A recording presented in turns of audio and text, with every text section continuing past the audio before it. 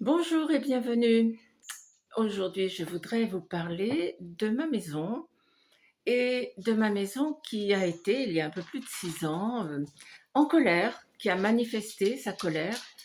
Il n'y avait aucun doute et je ne savais pas qu'une maison pouvait être en colère. On entend parler de l'âme des maisons, mais de là à penser qu'elle pouvait exprimer un sentiment, voici comment ça s'est passé. J'ai cherché pendant longtemps une maison dans la région où je suis aujourd'hui, mais ce que je voulais, c'était une vieille ferme pour y mettre mes animaux. Vous savez que j'ai beaucoup d'animaux, j'ai beaucoup de chiens, de chats, j'ai un cheval, des biquettes, des oiseaux, enfin, c'est une arche de Noé.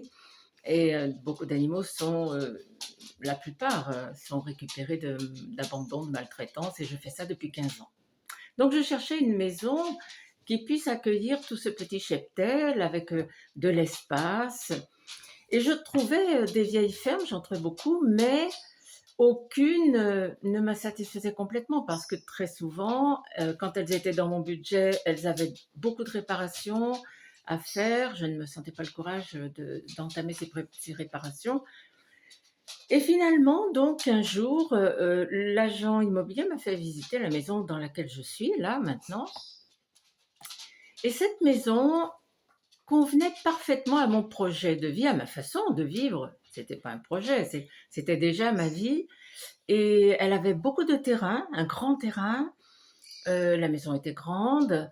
Elle était assez éloignée des voisins pour ne pas les gêner parce que les chiens font du bruit, mes chiens font du bruit.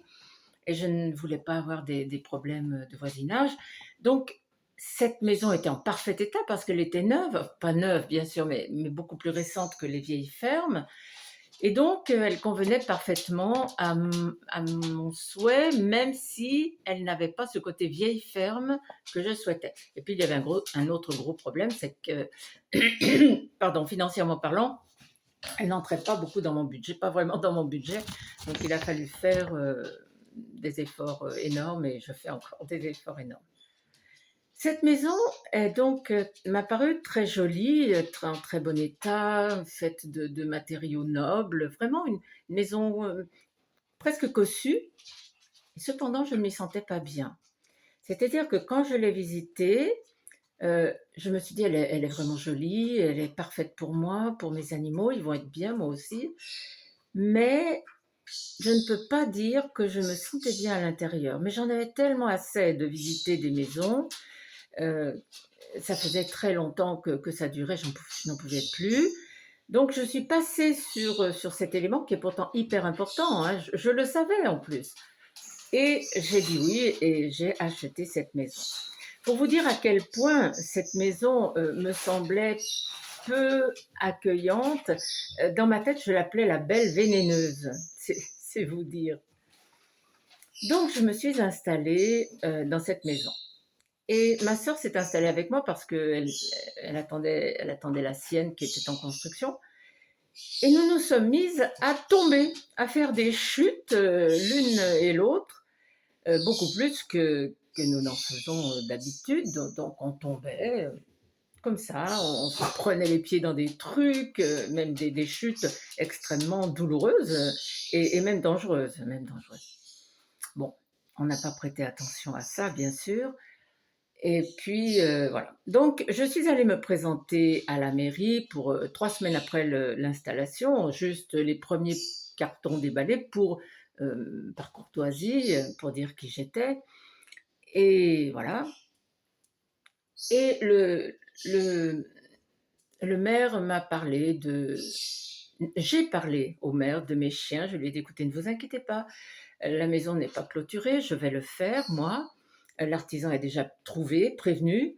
Et ne vous inquiétez pas, il y en a un qui s'écarte un peu de la maison. J'ai du mal à le retenir, c'est un chien de chasse. Et donc, ne vous inquiétez pas, là, ça va être fait, mais vraiment dans les jours qui viennent. Or, une semaine après exactement, j'ai reçu une lettre incendiaire du maire, me rappelant à l'ordre, disant que les chiens n'avaient pas à être dans la rue, enfin sur la route. C'est un village tellement petit, il y a 130 habitants, vous voyez, c'est pas. et vraiment une lettre incendiaire. Et la veille du jour où j'ai reçu la lettre, donc le jour où elle a été écrite, mon chien a disparu. Ce chien, c'était un chien récupéré dans un refuge, enfin pas un refuge, une association, un chien que j'aimais énormément, extrêmement gentil. Et le jour où le maire a écrit cette lettre, le chien a disparu. J'ai compris le lendemain qu'il était parti le jour où la lettre avait été écrite.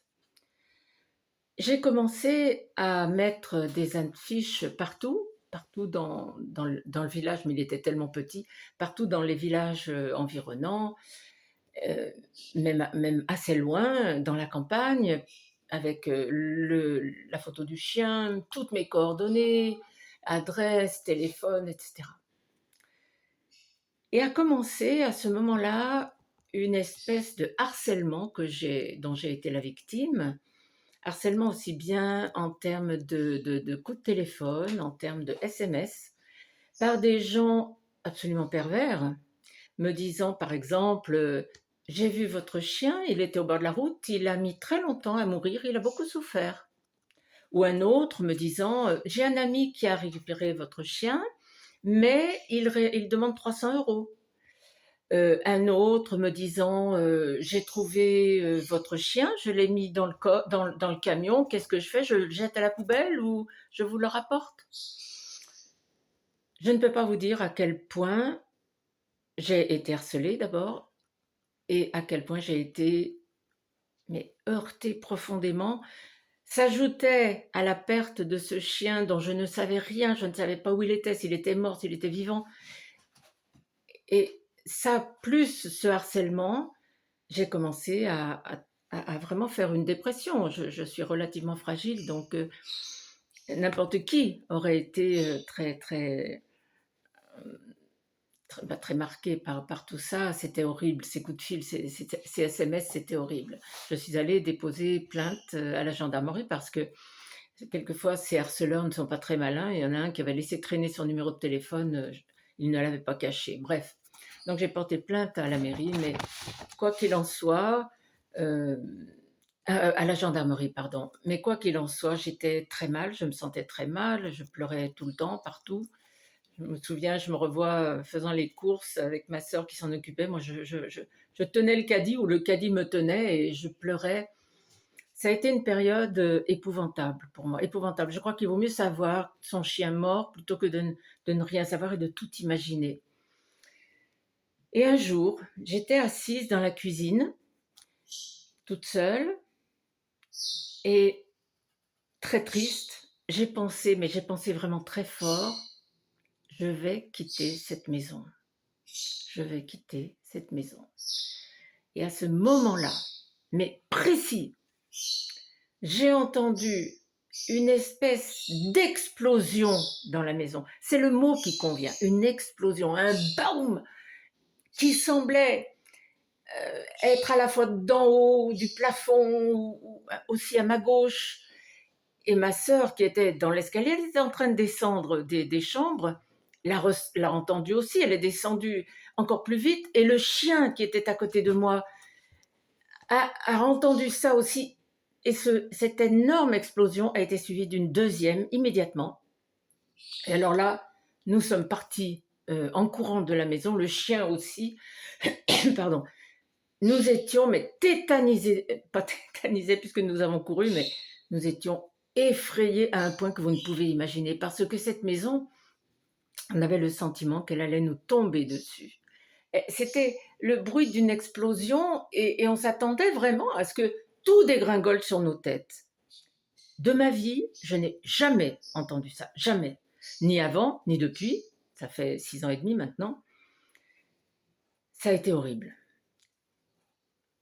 Alors pourquoi je vous dis que j'ai dit au début de la vidéo que la maison était en colère? Parce que j'ai vraiment eu le sentiment que, puisque je venais de dire que j'allais partir, je voulais quitter cette maison, elle se rebellait, elle me manifestait sa réprobation et même sa colère, parce que c'était un bruit coléreux. Elle ne voulait pas que je parte. À l'époque, à ce moment-là, Nous avons eu, ma sœur et moi, uniquement très peur, extrêmement peur, sans comprendre vraiment ce qui se passait. C'est par la suite, quand j'en ai parlé autour de moi et que j'ai interrogé au sujet de cette maison, que j'ai mieux compris. Et voici ce qui s'était passé. Dans cette maison avait vécu un couple avec une fille, une jeune fille. Ce couple avait perdu malheureusement une jeune fille, une jeune femme de 20 ans qui était morte. Et de plus, comme si ça ne suffisait pas, ils avaient d'énormes problèmes de communication avec leur deuxième fille. La communication ne passait pas, ils étaient en conflit constant. C'était vraiment un climat délétère. Et comme si cela aussi ne suffisait pas, ces gens avaient eu un grave problème avec un voisin qui a des moutons. Et ces gens avaient tué à coups de fourche un mouton égaré dans le jardin, qui avait sauté la clôture et qui était dans le jardin et s'était égaré. Il y avait eu procès, les propriétaires de la maison avaient perdu, appel, deuxième fois ils ont perdu, et donc ils sont partis, et la maison a été mise en vente. Et cette maison ne s'est pas vendue pendant des années. Et alors je comprenais tout. Je comprenais que cette maison avait une telle charge négative. Il y avait eu tellement d'énergie négative, d'énergie mauvaise, de tristesse, de chagrin, de colère, de sentiment d'injustice. Ça, on peut le comprendre quand on perd un enfant. Je crois qu'il n'y a rien de pire. Et puis, euh, et puis cette violence qui s'est retournée contre cet animal. Les vétérinaires n'avaient jamais vu un massacre pareil. Donc cette maison était pleine de tout ça, de tout ce malheur. Et c'est pour cette raison très certainement qu'elle ne se vendait pas et que moi j'avais senti que je n'étais pas bien. Et je crois, et alors là j'ai besoin de vous parce que j'aimerais que vous me fassiez remonter vos remarques et vos explications. Je pense, j'ai vraiment le sentiment que cette maison qui avait retrouvé quelqu'un de calme et puis une vie paisible, beaucoup d'animaux entourés d'amour parce que j'adore mes animaux et ils me le rendent bien. Donc je crois que j'ai le sentiment que cette maison, quand j'ai dit que je voulais quitter, partir, elle a eu le, elle a été en colère et a voulu me montrer sa réprobation et qu'il fallait que je reste.